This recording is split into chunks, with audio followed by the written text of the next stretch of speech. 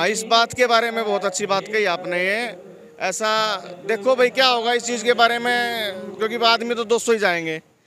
मेरे ख्याल में परमिशन ही लेते होंगे पहले, ये बड़े आगू साहिबान हैं, इनको पता है कैसे। तीनों चीज़ें, महंगाई और बेरोजगारी तो आज के ज़माने में, आज के टाइम में पूरी वैसे हार्ड हो गई है। लोगों को अपना दिन रोजमर्रा का खर्चा चलाना मुश्किल हो गया है। तो ये तीन मुद्दे बढ़ेंगे। अगर किसान आंदोलन अगर चलता रहता है 2022 तक, तो यूपी का चुनाव जीत नहीं सकती बीजेपी।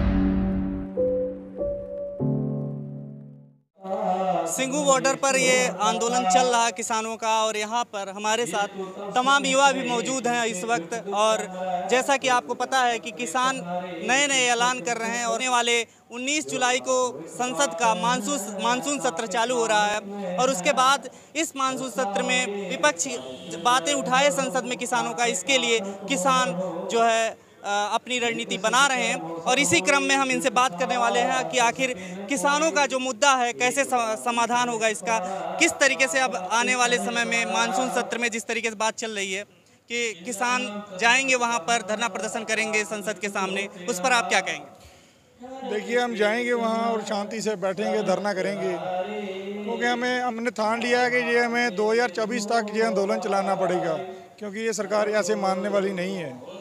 इसलिए हम शांतिपूर्वक अपना चलाएंगे। 2024 तक चलाना पड़ेगा तो वो भी चलाएंगे, कोई दिक्कत नहीं है हमें। तो हम वहाँ भी जाएंगे, वहाँ बैठेंगे, जैसे यहाँ बैठे हैं ऐसे ही वहाँ बैठेंगे, कोई बात नहीं। लेकिन आपको लगता है कि संसद में जिस तरीके से सरकार मतलब अपनी अड़ियल रवैये पे है, अभी तक मान नहीं रही है, तो संसद के सामने आप लोगों को जाने देगी?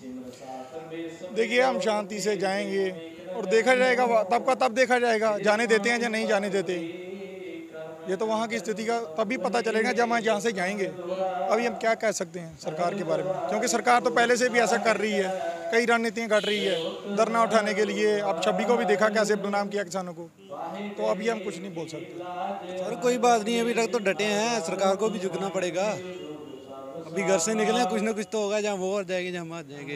अभी तो हमारे मन में यही है कि प्रभु कृपा करे, सभी बढ़िया हो, अच्छे से बढ़िया से नियुक्त हो। बात मानेगी, इलेक्शनों में हार के मानेगी, वोट की चोट से मानेगी, सरकार को मानना ही पड़ेगा। अब पश्चिम बंगाल में देखा ना क्या हुआ, उसकी हार का सरकार के ऊपर बहुत ज़्यादा असर पड़ा है। अगर पश्चिम बंगाल से जीत जाती बीजेपी, तो मेरे को ऐसा लगता है शायद आंदोलन कब का ख़त्म कर देती, कुछ ना कुछ षड्यंत्र रच के। लेकिन अब भी यूपी का इंतज़ार कर रही है, क्योंकि अभी इन्होंने जिला परिषद में जिला चेयरमैन बना दिया है ना, जिला प्रधान। इनको खरीद के सोचते हैं कि हम बन जाएंगे, तो यूपी में हारेगी तो जरूर मानेगी, नहीं मानेगी तो हार जाएगी, बीजेपी समाप्त हो जाएगी। लेकिन इसी बीच आप लोगों ने भी प्लान बना रखा है संसद को घेरने का, संसद में जाने का, विपक्ष पर दबाव बनाने का, कि जिससे किसानों के मुद्दे उठें संसद में।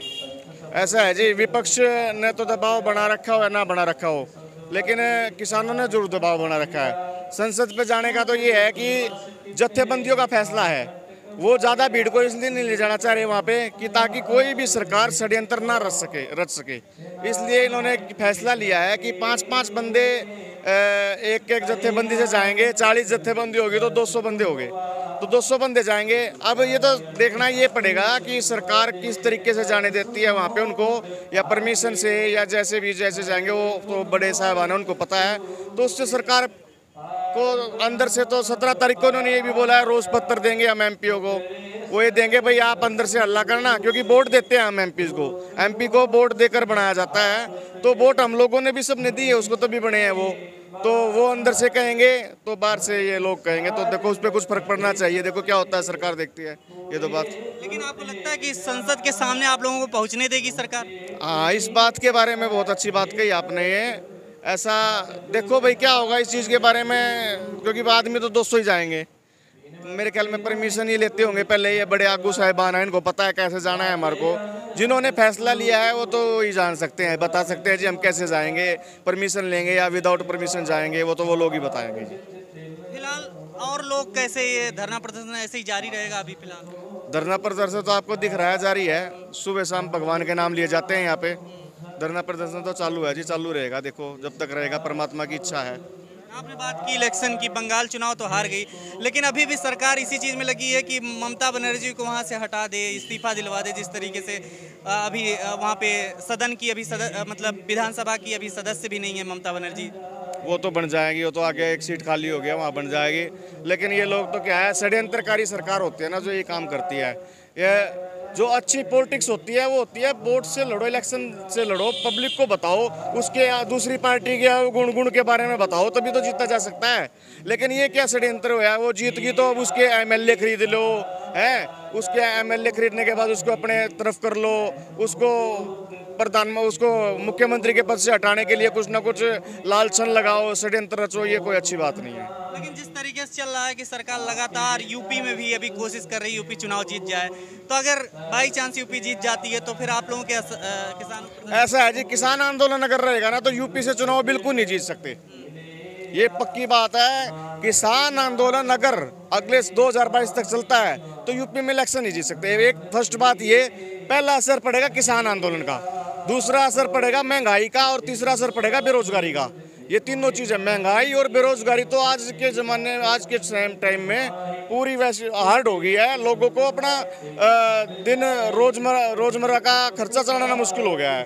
तो ये तीन मुद्दे बढ़ेंगे। अगर किसान आंदोलन अगर चलता रहता है 2022 तक तो यूपी का चुनाव जीत नहीं सकती बीजेपी। अच्छा, जैसे किसान आंदोलन चलता रहता है आप बोल रहे हैं, अगर बीच में सरकार मान लेती बात यूपी इलेक्शन के जीतने के लिए, तो फिर क्या इसका क्या असर पड़ेगा? तो बताऊं जी, हम यहाँ पर आए हुए हैं, किसान लोग आए हुए हैं, हम आए हुए हैं, ये तो अपने तीनों कानून रद्द करवाने के लिए, एमएसपी वापस लेने के, एमएसपी पर गारंटी लेने के लिए।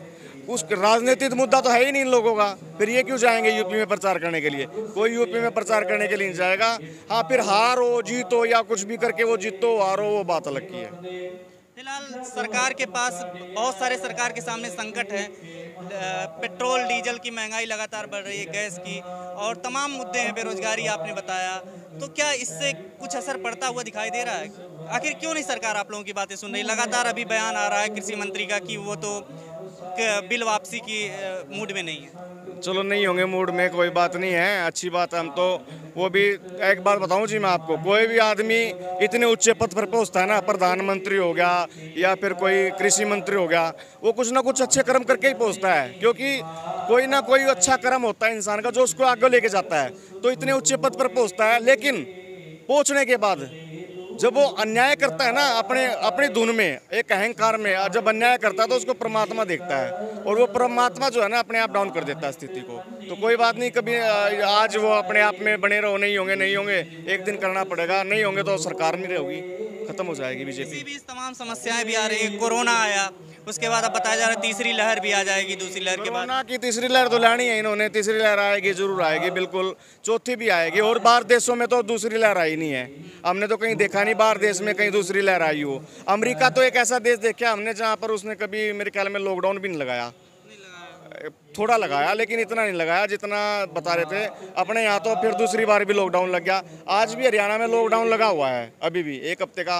वो तो चलो पालन कर रहे हैं, नहीं कर रहे हैं, वो तो लोगों की या सरकार की वाह कैसे करवा रहे हैं, लेकिन आज फिलहाल भी लॉकडाउन है अपने हरियाणा में। तो तीसरी लहर भी ला देंगे, कोई बात नहीं, आ जाएगी, जो कुछ परमात्मा की इच्छा होगी होगा। दूसरी लहर में यहाँ पे क्या प्रभाव था? दूसरी लहर में यहाँ तो कोई बीमार नहीं हुआ जी, ना यहाँ कोई मरा। हम सारे रहते हैं यहाँ पर, इकट्ठे बैठते भी हैं, स्टेज पे ही बोल देते हैं, आपस में खाना भी हम तो खाते हैं, ऐसी बात नहीं है। लेकिन हमें तो कोई ऐसा बुखार वुखार कुछ आया नहीं, चेकअप भी करवाया हमने तो नेगेटिव रिपोर्ट आई हमारे, तो कोई कोरोना नहीं। देखिए, ये अभी यहाँ पर प्रदर्शन चल रहा है किसानों का, और यहाँ पर टेंट भी लगे हुए हैं, यहाँ पर उसी तरीके से यहाँ पर प्रसाद जो है बट रहा है, और लोग लंगर चल रहा है, लोग खा पी रहे हैं, और उसी तरीके से आंदोलन आगे चल रहा है। 7 महीने हो चुके हैं, अब देखना होगा सरकार किस तरीके से इनकी बातों को मानती है और आगे कैसे आंदोलन ये चलता है। हमारे साथ बने रहिए, और भी चीज़ें हम आपको दिखाते रहेंगे कि गाजीपुर बॉर्डर पर कैसे ये आंदोलन आगे चल रहा है। अभी सिंघू बॉर्डर का आपने हाल देखा, आने वाले समय में किस तरीके से आंदोलन और तीव्र होगा, इस बारे में बात करेंगे। धन्यवाद, देखते रहिए फोरमपुर। मैं प्रभात, कैमरा पर्सन आबिदा खान के साथ, सिंघू बॉर्डर। खबरों में बने रहने के लिए फोरमपुर को सब्सक्राइब करें और नोटिफिकेशन पाने के लिए बेल आइकन दबाएं।